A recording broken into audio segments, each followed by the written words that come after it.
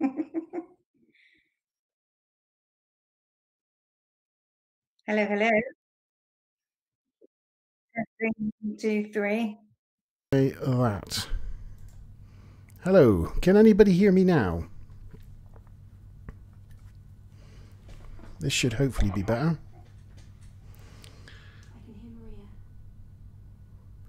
Oh, they can hear me. Yeah, well, it takes a while, you see. It takes a while to come through from us to. It's on like a 30-second delay. So after I've said it, you're not going to hear it for about another 10 seconds. Anyway, we got through our technical hitches. Sorry. She said we can hear Maria. Can they not hear you? No, I had the wrong mic turned on. So they right. couldn't hear me for a while, but they could hear you originally, but not me. But we've sorted it out now. Cool. So welcome to the podcast. I just realised that the chat box isn't quite doing what I want it to do. I don't know if you just want to do a quick introduction, Maria, while I just sort this chat box out. Yeah, so I'm back again, Mazza McBob. We had our first diet podcast last week, which we pre-recorded and posted. This is our first live one. So basically it's like after the first week, check in, results, see what's happened and how I'm feeling being on this fasting diet. Yes, and by the sounds of it, in this first week of the diet, you've done quite well. Yes, it has been. It's been quite good results so far. I mean, I guess as a fasting diet, it is supposed to work quite quickly, but there's always a chance with these things that they won't. But yeah, so in the first week, or well, up to now, so I guess that's like the first 10 days actually, as I started on a Sunday, I've lost 7.1 pounds, which is great. And there's a few other 7.1 pounds. Sorry, that just registered. Wow, that's amazing. And as I've got £80 to lose, that means I'm nearly 10% of the way there, which is very exciting. In 1 week? Well, yes. Well, it was a week and 3 days, I guess. Yeah, a week and a half. Yeah. So, yeah, it's pretty cool. And, there's a few other stats as well that I can keep an eye on. So my scales, for example, tells me body fat percentage, which has dropped by 1%. My Fitbit records my heart rate and gives me a a resting heart rate, which when I started this was 66 and is now down to 61. So I should be getting into the 50s soon, which is quite interesting.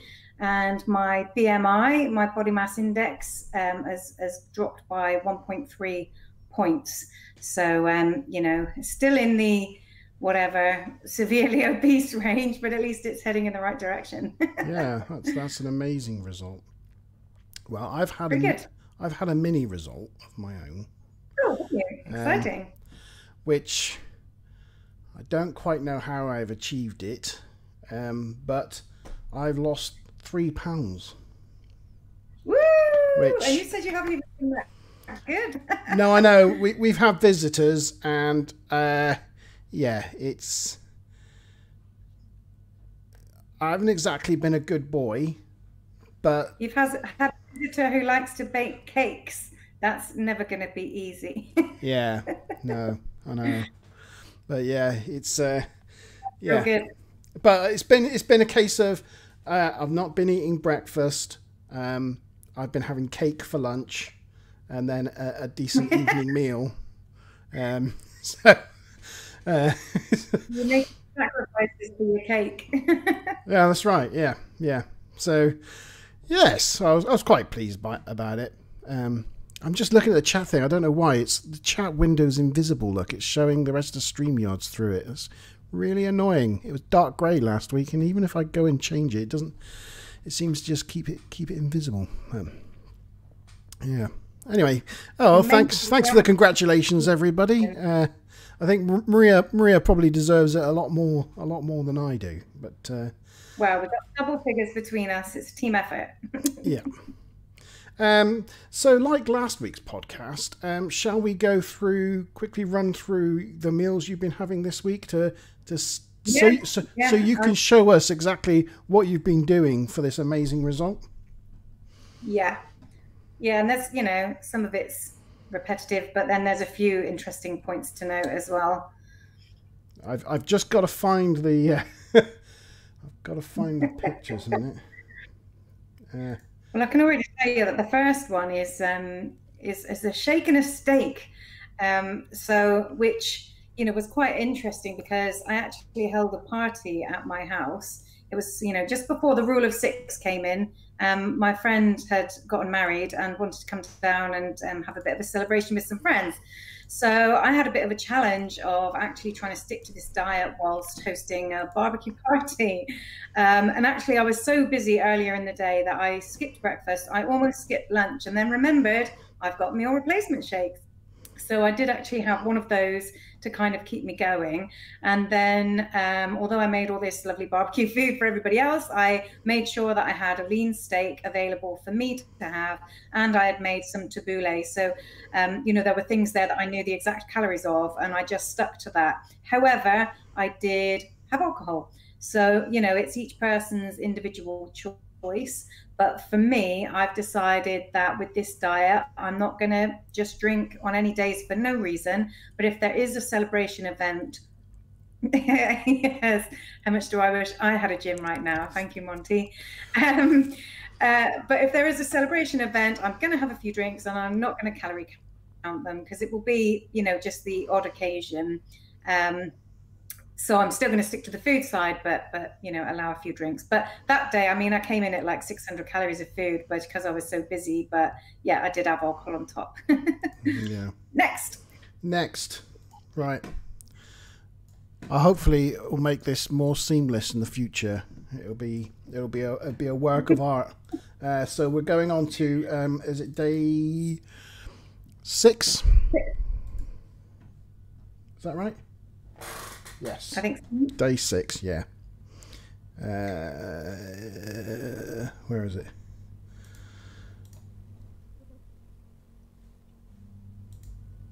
No, I've done it wrong. I'm pushing all the... I'm having right boomer moments, I tell you.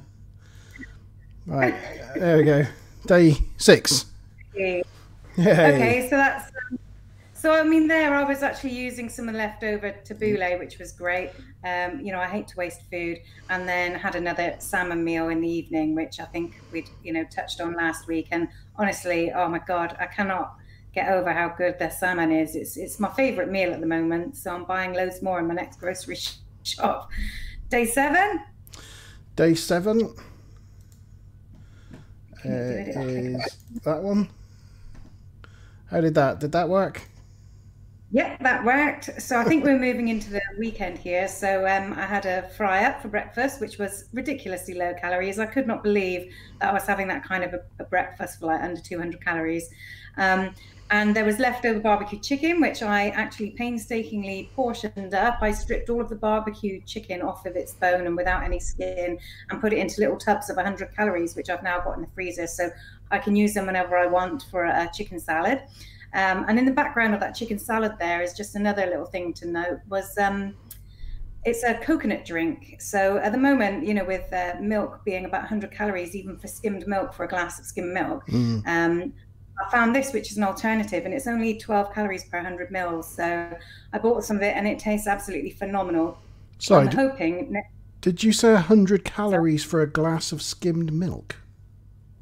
Yeah. It's about 90 calories for like a Wow. 250 ml glass of skimmed milk. Wow. So this is why I've been stopping putting milk in my oats in the morning. It's just extra calories that I don't really need. So but I love a glass of milk, and this coconut replacement, I love the flavor of coconut anyway, and it's so low in calories, yet it tastes quite rich, and it's it's organic, really sort of well made by local Devon producers. And so, yeah, I've been really enjoying that. And I'm hoping next week to try and use some of that as like a low-cal alternative in a Thai curry. So instead of using like a can of coconut milk, but we'll see how that goes. It might not work out. So if we move on to day 8. Day 8. Now you're asking. Day 8, that's pretty standard fare. Oh, I do have, so on lunch there, I've got a little chunk of cheese. So that was just worth a note, that I got a piece of cheese in my shopping and I basically chopped it up into 8 chunks. And so I've calorie counted for what each chunk is, and I stuck it in the freezer so I can just take them out one at a time. I've only actually used one of them so far, but it's a good way, if you portion it up like that, it's a good way of knowing how many calories in each portion. And I've wrapped them all individually and froze them, so they're quite handy. Is there any particular type of cheese that you'd recommend? No, I mean, I generally looked at the calories and picked something that sounded interesting. That one's called Reblochon, and it's like one that's made using traditional French techniques. It's quite a stinky cheese, which I like, but cheese is a very individual thing.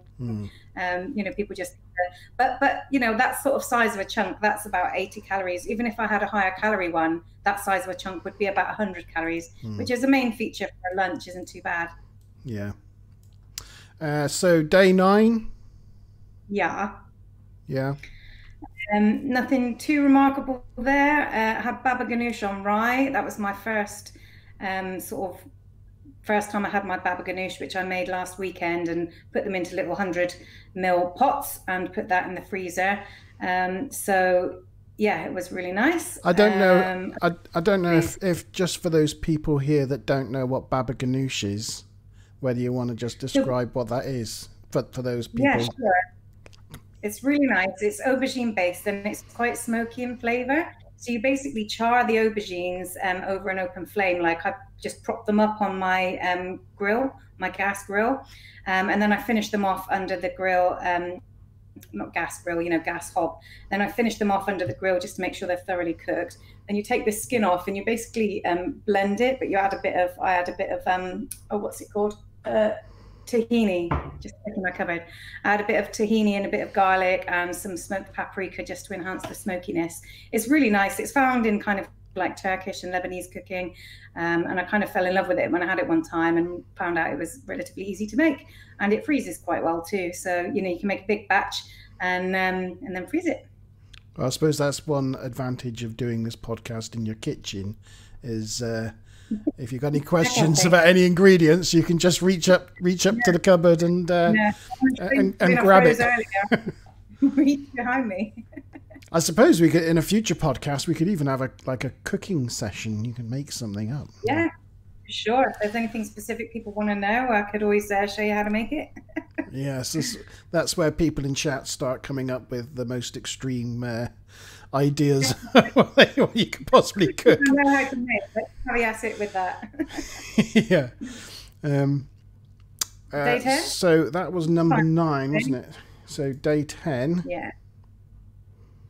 So this was yesterday. So I had a bit of a compromised day yesterday because my other half, Ludacris, as some of you know him on the other channel, he wouldn't eat the grapes that came from Riverford because they had pits in them, and he said the apples were sour, which they weren't. But anyway, I got my centrifugal juicer out and stuck it all in a juicer, and it made a big bottle of juice, and I couldn't resist but have a glass of the juice, even though it was 100 calories. So I then had to rethink what I was having for lunch. I was going to have avocado on toast, but I had to cut back on the calories for lunch in order to sort of sneak it in under the 800 calorie radar. Yes, Smiler Rainbow there is trying to sabotage us by saying you should make cake. But, maybe we could make cake, but healthy cake. Maybe. Maybe, yeah. I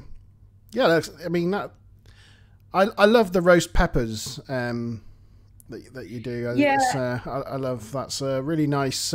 It's a nice thing because it tastes like something that you get in a restaurant or something. It's really nice, isn't it? Roast peppers. Yeah, well, that antipasti and rye actually, because I'm in the second week now, so a lot of my super fresh stuff has been used in the first week. But that antipasti on rye, that was gherkins out of a jar, that was a roasted pepper out of a jar, some olives, and some the sausage chorizo, thin slices of chorizo. So all of that stuff is long life, and all of it I just have in the fridge. So it was just a bit of a what can I put together that's quite low calories on a piece of rye, and you know, 3 olives. That was all I could sneak in for the amount of calories I had left to spare. But you know, it did me fine. Cool. And we were talking about before the stream went live about the sort of features we could do each week, like have maybe a theme about something we talk about. And I think we decided over chat that this first podcast, or the first live stream podcast, we were going to talk about, is it carb replacements? Yeah, you can take the picture off if you want, by the way. I'll just remind you of that as that's I can just go back to the two of us. There you go. Yeah, so I think, you know, a lot of people are aware of some of the carb replacements that are highly in use. So one of them being courgette spaghetti. If you haven't heard of that, that's where you get a courgette and you basically spiralize it and use it as an alternative to spaghetti. You can have bolognese and things with it. And another one being cauliflower rice, which was actually featured in that last dinner there that I had it with my chickpea curry. And cauliflower rice also is a good alternative. I've learned from my friend Denise that with cauliflower rice you can add you know, something like a little bit of mint sauce or some chopped coriander just to sort of give it a little bit of flavor, which is nice. But you know, I think it does fine as a rice replacement. But there's some others that I use as well that people might not be so familiar with. So one of those meals this week, the steak meal that was not with the barbecue, I actually had with celeriac mash. So a celeriac is, it kind of looks a bit like a turnip. It's quite large, and you can just, I'm getting a bit of feedback there. I don't know where from. Maybe it must be, because I'm leaning too close to the mic, possibly. Right, okay. I need to turn myself, I'll turn myself down. Hang on, there we go. That might be a bit better. Okay. I'll just go back to the celeriac. Was that the one? Yeah. So that was a steak with celeriac mash and a roasted pepper. Yeah. And it's kind of, you know, it's white, you know, it looks a bit potatoey, and you can just literally mash it. You don't even have to, you know, you could add a little knob of butter as long as you calorie count for it. But I basically took the whole celeriac when my shopping arrived, just skinned it, chopped it into chunks, boiled it, mashed it with a bit of Cornish sea salt and cracked black pepper, and then put it into 3 tubs. And I calorie counted, you know, what each tub was. So now I can just help myself out of the freezer and take a portion of celeriac mash, you know, and I could have it with, you know, possibly a low-fat sausage or 2, or, you know, with some chicken or whatever. So and here I had it with a steak, and it's much less calories than having potato, and much less carbs as well. So that's one that you might not have known about. And another one is pearl barley. So it's another potential rice replacement. It's not a vegetable this time, obviously, but it's still much better for you than rice, and it's linked to lowering blood pressure as well. So, you know, if that's something that you have a problem with, then it can be a good thing to try. And basically, pearl barley it's quite a bit larger than a piece of rice, and it's a bit more al dente. It's got more bite to it. All right. And I actually prefer it. I prefer the flavor. I prefer the texture. And with rice, if you were to make a risotto, it's great fresh, but it doesn't really freeze. But with pearl barley, if you make it with a risotto and freeze it, it keeps its structure. It doesn't go mushy like rice would on freezing. So it can be useful if you're going to make batches as well. The first time I was introduced to pearl barley was when I was working in Denmark for a while, and they have it like so many places. You just get a meal in a restaurant and pearl barley, you know, you're having something in the canteen at work, and pearl barley is used so commonly over there. And I thought, wow, that's really great. So I started buying it over here, and you can just buy it in supermarkets and use it like rice, except it takes longer to cook. That's the only thing, but it's still, to me, it's still better. It tastes better. So yeah, it's a good one. Nice. If anybody else thinks of any other carb replacements, feel free to let us know. Yeah, put your ideas in chat. Smiler there also says we should do a high five on video for our combined 10 pounds weight loss this week. So I don't know if we can do a high other side. There you go. Ready? There we go. I think we managed it. Yeah, we'll have to practice. We'll practice that one. Yeah. Yeah. So what's your after a £7 loss this week? What's your aim for this coming week? Do you think? Bearing in mind that you have that sort of initial, that the big drop. What do you think is realistic for the third week?